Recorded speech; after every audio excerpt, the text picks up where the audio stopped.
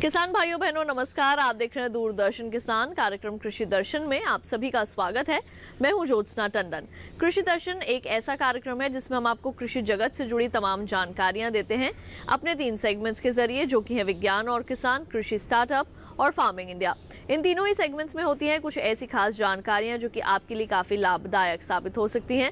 तो फिर आइए अपने आज के कृषि दर्शन कार्यक्रम की शुरुआत करते हैं।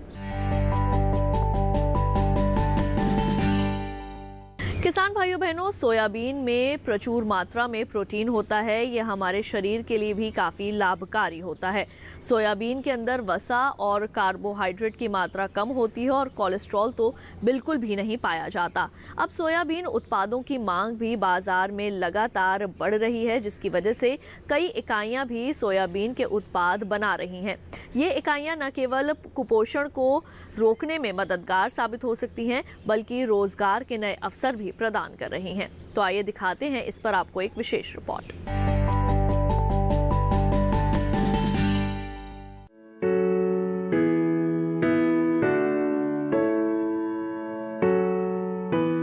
सोयाबीन पौष्टिक है, सुपाच्य है और शाकाहारी प्रोटीन से भरपूर है। यही वजह है कि इसे शिशुओं, बच्चों, बुजुर्गों, गर्भवती और स्तनपान कराने वाली महिलाओं के लिए बेहतरीन आहार माना जाता है। कम लागत पर उच्च गुणवत्ता वाले प्रोटीन की वजह से भोजन, चारा और उद्योग में इसके लिए काफी संभावनाएं हैं। सोयाबीन में एंटीऑक्सीडेंट, मोटापा रोधी और मधुमेह रोधी गुण पाए जाते हैं। इसके अलावा ये ऑस्टियोपोरोसिस, स्तन और प्रोस्टेट कैंसर से बचाव में गुणकारी है। सोयाबीन से बने पदार्थ आज लोगों को काफी पसंद आ रहे हैं। पर्याप्त मात्रा में इसके सेवन से दिल की बीमारी का जोखिम भी कम रहता है। आज सोया दूध से लेकर टोफू यानी सोया पनीर, सोया दही, सोया चाप, सोया नट और अलग अलग तरह के बेकरी उत्पादों में उपयोग किया जा सकता है। इन उत्पादों की लागत बहुत कम है। साथ ही दैनिक आहार में सोयाबीन से बने उत्पाद कुपोषण से लड़ने में मददगार हैं। आंकड़े बताते हैं कि टोफू का सालाना औसत उत्पादन 2700 टन, जबकि सोया दूध का 3400 किलो है।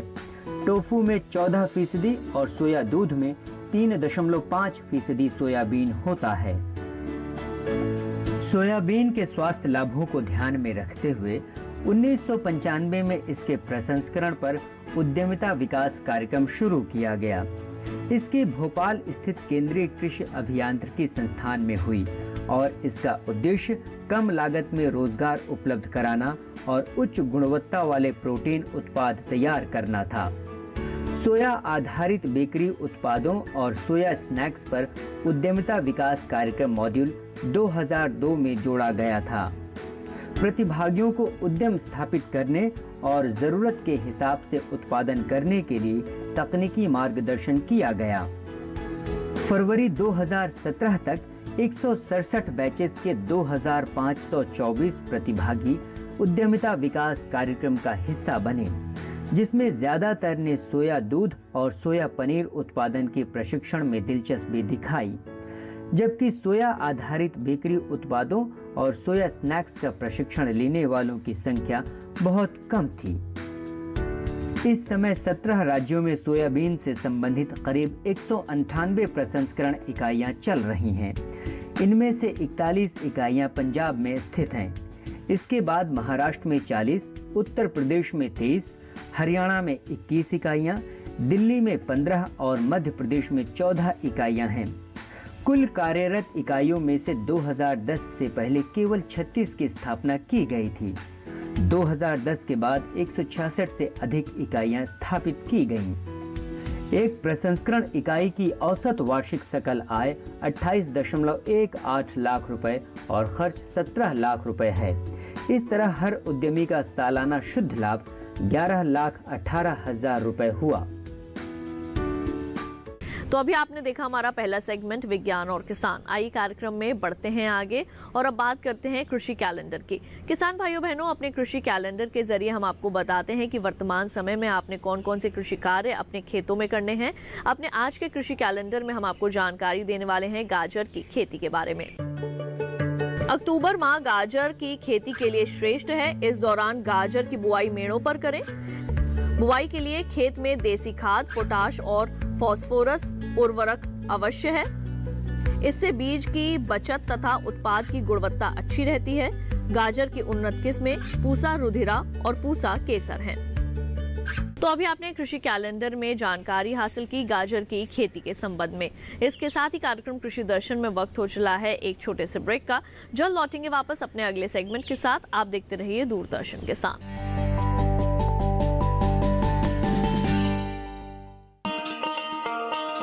किसान भाइयों, गांठ बांध लो, गांठ बांध लो।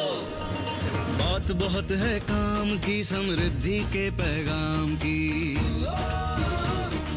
मिट्टी के मिजाज को समझो, मिट्टी के हर राज को समझो। मिट्टी की तुम जांच कराओ, मुफ्त सॉइल हेल्थ कार्ड ले जाओ। कभी मुनासिब बीज लगाओ, सही किस्म की खाद ले आओ। जितनी जरूरी उतनी डालो, सही मात्रा खुद पहचानो। इसको अपना मंत्र बना लो, मिट्टी की सेहत तो जानो। बात बहुत है काम की, कम लागत अधिक वरदान की। किसान भाइयों, गांठ बांध लो।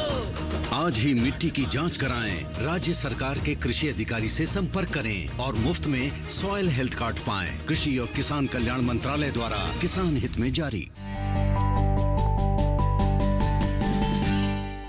ब्रेक के बाद एक बार फिर आप सभी का स्वागत है कार्यक्रम कृषि दर्शन में। आइए कार्यक्रम में बढ़ते हैं आगे और अब देखते हैं सेगमेंट कृषि स्टार्टअप। किसान भाइयों बहनों, आइए अपने आज के कृषि स्टार्टअप सेगमेंट में आपकी मुलाकात करवाते हैं एक ऐसे सफल किसान से जिन्होंने गाजर की ऐसी किस्में बनाई हैं जिससे कुपोषण से लड़ने में मदद मिल सके। ये है वल्लभ भाई वासरा भाई मिरवानिया जी।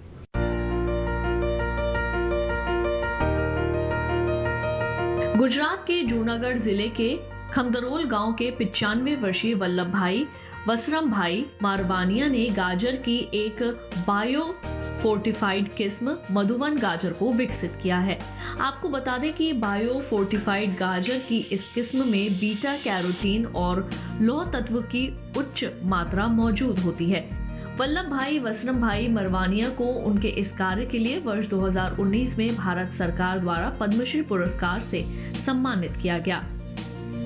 वर्ष 1943 में वल्लभ भाई वासरा भाई मरवानिया जब लगभग 13 वर्ष के थे, तब उन्होंने अपने 5 एकड़ खेत में अपने पिता की मदद करने के लिए 5वीं कक्षा के बाद शिक्षा छोड़ दी। उन्होंने अपने पिता की खेती में मदद करनी शुरू की। उनके खेतों में दाल, अनाज, मूंगफली, मक्का और ज्वार उपजाई जाती थी। साथ ही मवेशियों को खिलाने के लिए गाजर भी उगाई जाती थी। शुरुआत में इन्हें कई दिक्कतों का सामना करना पड़ा, पर इन्होंने हार न मानी। अपनी कड़ी मेहनत और लगन से इन्होंने गाजर की बायो फोर्टिफाइड किस्म को विकसित किया। वल्लभ भाई की इस खोज से इस क्षेत्र के 150 से अधिक किसानों को लाभ मिला है। जूनागढ़ के 200 हेक्टेयर से अधिक क्षेत्र में इसकी खेती की गई है। इसकी औसत पैदावार 40 से 50 टन प्रति हेक्टेयर है। स्थानीय किसानों के लिए ये आमदनी का प्रमुख स्रोत बन गया है। पिछले 3 वर्षों के दौरान गुजरात, महाराष्ट्र, राजस्थान, पश्चिम बंगाल और उत्तर प्रदेश के लगभग 1000 हेक्टेयर में मधुवन गाजर की खेती की जा रही है। बायो फोर्टिफाइड किस्म मधुवन गाजर गुणों से भरपूर है। इसका इस्तेमाल दूध की गुणवत्ता में सुधार के लिए पशुओं के चारे के रूप में किया जाता है। वल्लभ भाई ने इस उपजाति की कृषि के साथ साथ संरक्षण एवं विकास का कार्य करना शुरू किया। इस किस्म के विकास के शुरुआती वर्षों के दौरान इन्होंने बीज उत्पादन के लिए सबसे अच्छे पौधों को चुना और घरेलू खपत तथा विपणन को ध्यान में रखते हुए एक छोटे से क्षेत्र में इसकी खेती की। मांग बढ़ने पर 1950 के दशक में इन्होंने इसकी खेती बड़े पैमाने पर करनी शुरू की। उन्नत किस्मों का चुनाव बीजों के रूप में किया। उन्होंने अपने गांव और आसपास के गांव में बीजों का वितरण किया। इसके बाद इन्होंने व्यापक पैमाने पर बीजों की बिक्री करनी शुरू की। मधुबन बाजार की औसत उपज 40 से 50 टन प्रति हेक्टेयर है। गुजरात, महाराष्ट्र और राजस्थान में सफलतापूर्वक इसकी खेती की जा रही है। भारत जैसे विकासशील देश में जनसंख्या का एक बड़ा हिस्सा कुपोषण से ग्रसित है। साथ ही भारत की महिलाओं में आयरन की कमी से अनीमिया रोग आम है। ऐसे में गाजर की ये किस्म काफी लाभदायक हो सकती है। ये प्रजाति भारत के राष्ट्रीय पोषण नीति के संकल्पना की दिशा में 2022 तक पोषण मुक्त भारत के लक्ष्य को हासिल करने में अहम भूमिका निभा सकती है। यही कारण है कि सरकार ने वल्लभ भाई वासराभाई मरवानिया के इस कार्य की सराहना की। अभी आपने देखा सेगमेंट कृषि स्टार्टअप। इसके साथ ही कार्यक्रम कृषि दर्शन में वक्त हो चला है एक और छोटे से ब्रेक का। जल्द लौटेंगे वापस अन्य जानकारियों के साथ। आप देखते रहिए दूरदर्शन के साथ।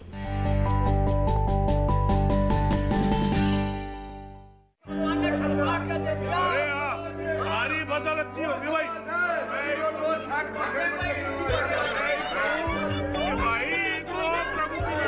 और अब एक जरूरी सूचना। देश के कुछ राज्यों में किसानों द्वारा बड़े पैमाने पर पराली जलाने से आसमान में धुंध छा गई है। लाखों लोगों को सांस लेने में तकलीफ हो रही है।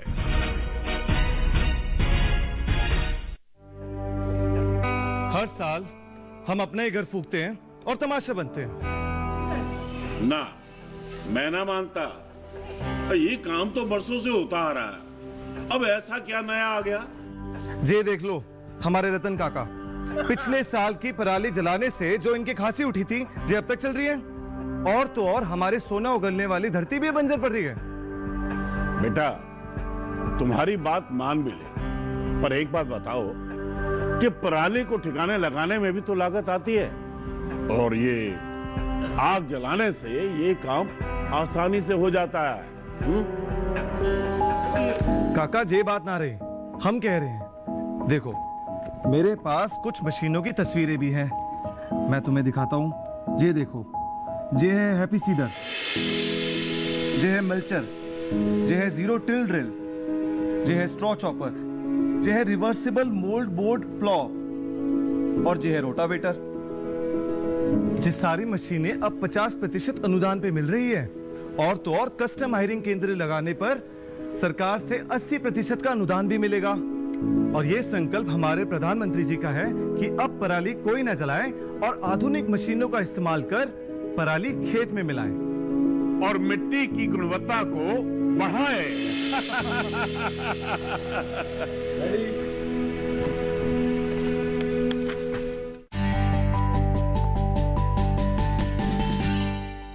ब्रेक के बाद एक बार फिर आप सभी का स्वागत है कार्यक्रम कृषि दर्शन में। आइए कार्यक्रम में बढ़ते हैं आगे और अब देखते हैं सेगमेंट फार्मिंग इंडिया। किसान भाइयों बहनों, अपने आज के फार्मिंग इंडिया सेगमेंट में हम आपको कृषि कानून के संबंध में देंगे कुछ विशेष जानकारियां। तो आइए देखते हैं इस पर हमारी एक खास रिपोर्ट।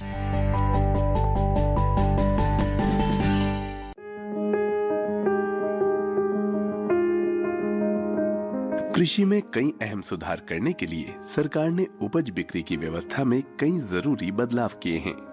इस दिशा में सरकार ने कृषक सशक्तिकरण व संरक्षण, कीमत आश्वासन और कृषि सेवा पर करार अधिनियम 2020 लागू किया है। इस अधिनियम के लागू हो जाने से अब किसान उपज से खाद्य उत्पाद बनाने वाले प्रोसेसर्स, व्यवसाय कंपनियां, थोक और फुटकर विक्रेताओं और निर्यातकों के साथ कृषि उपज की बिक्री के लिए सीधे करार या व्यवसायिक समझौता कर सकेंगे। करार हो जाने के बाद फसल की अच्छी पैदावार के लिए जरूरी साधन या इनपुट्स उपलब्ध कराने की पूरी जिम्मेदारी खरीदार की होगी। अधिनियम के लागू हो जाने से अब पैदावार के दौरान फसल पर किसान का मालिकाना हक बना रहेगा। वहीं किसानों को उपज की बिक्री पर होने वाला खर्च भी नहीं देना पड़ेगा, यानी किसानों के मुनाफे में पहले के मुकाबले खासी बढ़त होगी। फसल का बीमा तो कराया ही जाएगा, साथ ही जरूरत होने पर किसान वित्तीय संस्थानों से कर्ज भी ले सकेंगे। इतना ही नहीं, किसानों को मौसम के जोखिम और बाजार के उतार चढ़ाव से भी सुरक्षा मिलेगी। ये अधिनियम अनुबंधित किसानों को नियमित और समय पर भुगतान की सुविधा भी देता है। जाहिर है कि कृषि में हुए इन सुधारों से किसान काफी फायदे में रहेंगे। इसमें से एक कानून है कृषि उपज व्यापार तथा वाणिज्य संवर्धन एवं सुविधा अधिनियम 2020। इस कानून के बनने से एक ऐसी कानूनी व्यवस्था लागू होगी जिसमें किसान को अपनी उपज, जो उसका उत्पाद है, उसको बेचने की स्वतंत्रता मिलेगी। वो उत्पाद वो किसे बेचे, कब बेचे, कितने दाम पे बेचे, ये इसको निर्धारण करने की किसान को उसको चॉइस मिलेगी और इससे वह अपने उत्पाद का राज्य के अंदर या अंतर्राज्यीय व्यापार कर सकेगा और उसको इसके लिए ना तो कोई फीस लगेगी, ना कोई कमीशन देनी होगी। और इसमें एक ट्रेड एरिया का परिकल्पना की गई है और ये ट्रेड एरिया वो क्षेत्र है जहाँ पर जो APMC कानून से द्वारा स्थापित मार्केट है उसके बाहर का जो क्षेत्र है उसको ट्रेड क्षेत्र की परिभाषा में लाया गया है। और इस क्षेत्र में अगर किसान किसी भी निर्यातक, किसी भी रिटेलर, डिस्ट्रीब्यूटर, होलसेलर के साथ अपनी उपज को बेचना चाहता है तो उसको पूरी स्वतंत्रता रहेगी और उसका इसके लिए पूरा एक कानूनी ढांचा उसके पास उपलब्ध रहेगा। तो ये एक बहुत बड़ा सुधार आएगा। आइए कार्यक्रम में बढ़ते हैं आगे। किसान भाइयों बहनों, पराली जलाने की समस्या हमारी देश की बहुत बड़ी समस्या अब बन चुकी है। पश्चिमी उत्तर प्रदेश, हरियाणा और पंजाब से उठने वाला धुआं दिल्ली के लोगों के लिए काफ़ी नुकसानदायक साबित हो रहा है, जिससे लोगों को सांस लेने में काफ़ी तकलीफ हो रही है और तो वहीं दूसरी ओर पर्यावरण को भी बेहद नुकसान पहुंच रहा है। लेकिन हमारे कृषि वैज्ञानिकों ने कई तरह के उपाय भी निकाले हैं जिससे कि फसल अवशेष को खेत में ही मिला दिया जाए। और आज के समय में हमारे कई गांव ऐसे भी हैं जो कि पराली जलाने से मुक्त हो चुके हैं और सरकार भी इसके लिए कई तरह के प्रयास कर रही है। आइए दिखाते हैं इस पर आपको एक विशेष रिपोर्ट। दरअसल पराली जलाने की बड़ी समस्या दिल्ली, पंजाब, हरियाणा और पश्चिमी उत्तर प्रदेश में देखने को मिलती है और यहीं का धुआं दिल्ली को अपनी चपेट में लेता है। इसलिए सरकार इन सीटू फसल अवशेष प्रबंधन में इन्हीं राज्यों पर ज्यादा ध्यान दे रही है। ये ऐसी योजना है जिसमें खेत के अवशेष खेत में काम आ जाते हैं और अगली फसल के लिए उपयोगी भी साबित होते हैं। जाहिर है, जब खेत के अवशेष खेती के ही काम में ले लिए जाएंगे तो वायु प्रदूषण अपने आप कम हो जाएगा। इस काम में कृषि विज्ञान केंद्र, राज्य कृषि विभाग और कृषि विश्वविद्यालयों का भरपूर सहयोग मिल रहा है। बल्कि कुल मिलाकर 100 सार्वजनिक संस्थान पराली प्रबंधन के काम में लगे हुए हैं। इन सीटू फसल अवशेष प्रबंधन में पराली प्रबंधन की विधियों को किसानों तक पहुंचाया जा रहा है। उनके बीच जागरूकता लाई जा रही है और पराली प्रबंधन की मशीनें उपलब्ध कराई जा रही है। इन मशीनों को किसान चाहें तो खुद भी खरीद सकते हैं या फिर किराए पर ले सकते हैं। वैज्ञानिक गांव-गांव जाकर मशीनों को प्रदर्शित कर रहे हैं ताकि किसान अपनी आंखों से इनके फायदे देख सकें और फिर इन्हें अपना सकें। धान काटने के बाद किसानों को जल्द से जल्द गेहूं बोना होता है। धान की पराली को जुताई के जरिए नष्ट करना मुश्किल होता है और इसे गलने में भी समय लगता है। ऐसे में उनके पास खेतों में ही इसे जला डालने के अलावा और कोई चारा नहीं होता। अब वैज्ञानिकों ने ऐसी तकनीक इजाद की है जिसके जरिए बिना जुताई के ही धान के खेत में गेहूं की बुआई की जा सकती है। हैप्पी सीडर इसमें सबसे प्रमुख भूमिका निभा रहा है। पराली, जिसे किसान बेकार की वस्तु समझ रहे हैं, दरअसल ये बहुत ही काम की चीज है। ये अच्छी खाद भी है, पलवार भी और खरपतवार नाशक भी। जाहिर है, इसके इस्तेमाल से किसानों की लागत कम हो जाती है और फसल भी अच्छी होती है। पराली प्रबंधन के मामले में खुद प्रधानमंत्री दिलचस्पी ले रहे हैं। उन्होंने इन सीटू फसल अवशेष प्रबंधन प्रथाओं के कार्यान्वयन के सुझाव और मार्गदर्शन के लिए उच्च स्तरीय टास्क फोर्स का गठन किया है। इसके अलावा केंद्र सरकार ने पराली प्रबंधन से संबंधित मशीनें मुहैया कराने के लिए 1152 करोड़ रुपए के बजट का प्रावधान भी किया है।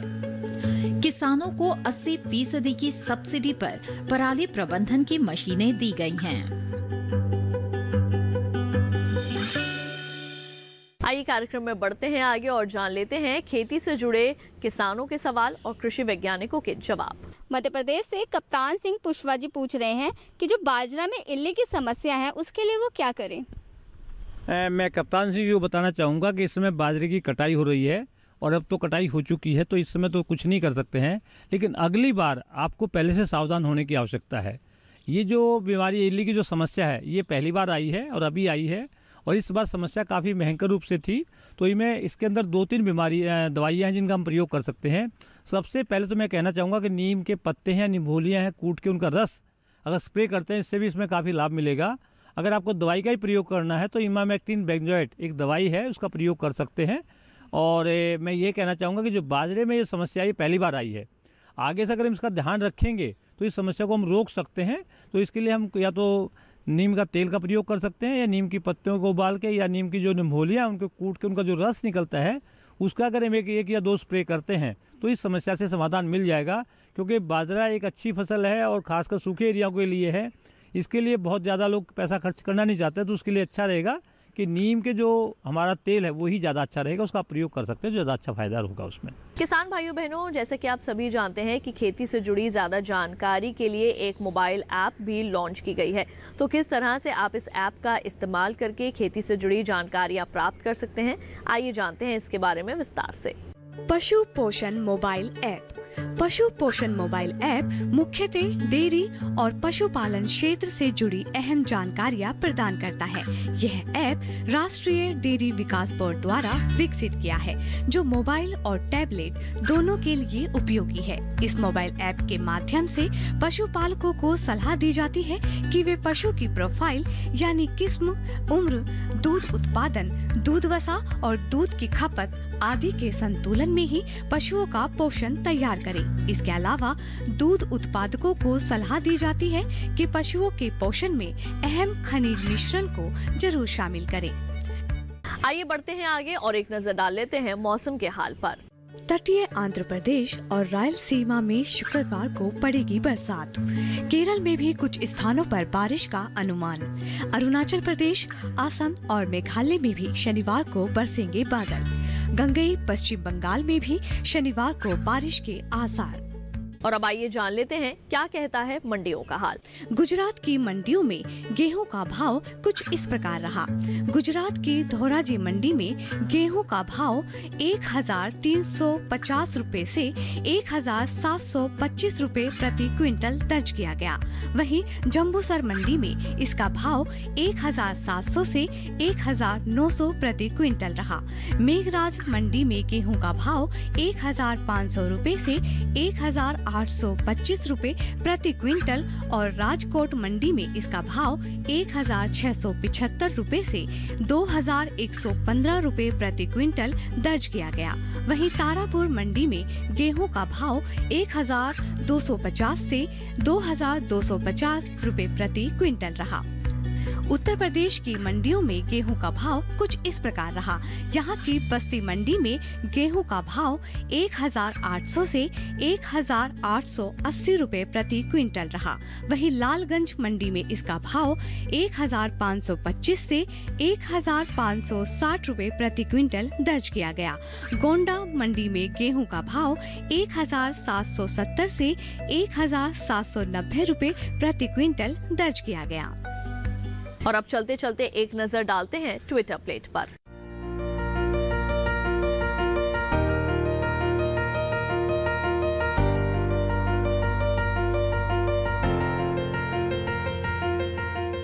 तो किसान भाइयों बहनों, हमारे आज के कृषि दर्शन कार्यक्रम के इस अंक में बस इतना ही। कृषि दर्शन आपका अपना कार्यक्रम है। इस कार्यक्रम के लिए अगर आप अपने कोई सुझाव देना चाहते हैं तो आप हमें पत्र लिख सकते हैं। हमारा पता है कृषि दर्शन, कमरा नंबर 58, CPC दूरदर्शन, खेलगांव, नई दिल्ली 110049। अगर आप हमें ईमेल करना चाहते हैं तो हमारा ईमेल ID है nationalkrishiddarshan@gmail.com। तो आज के लिए केवल इतना ही। मुझे दीजिए इजाजत। आप देखते रहिए दूरदर्शन किसान। नमस्कार।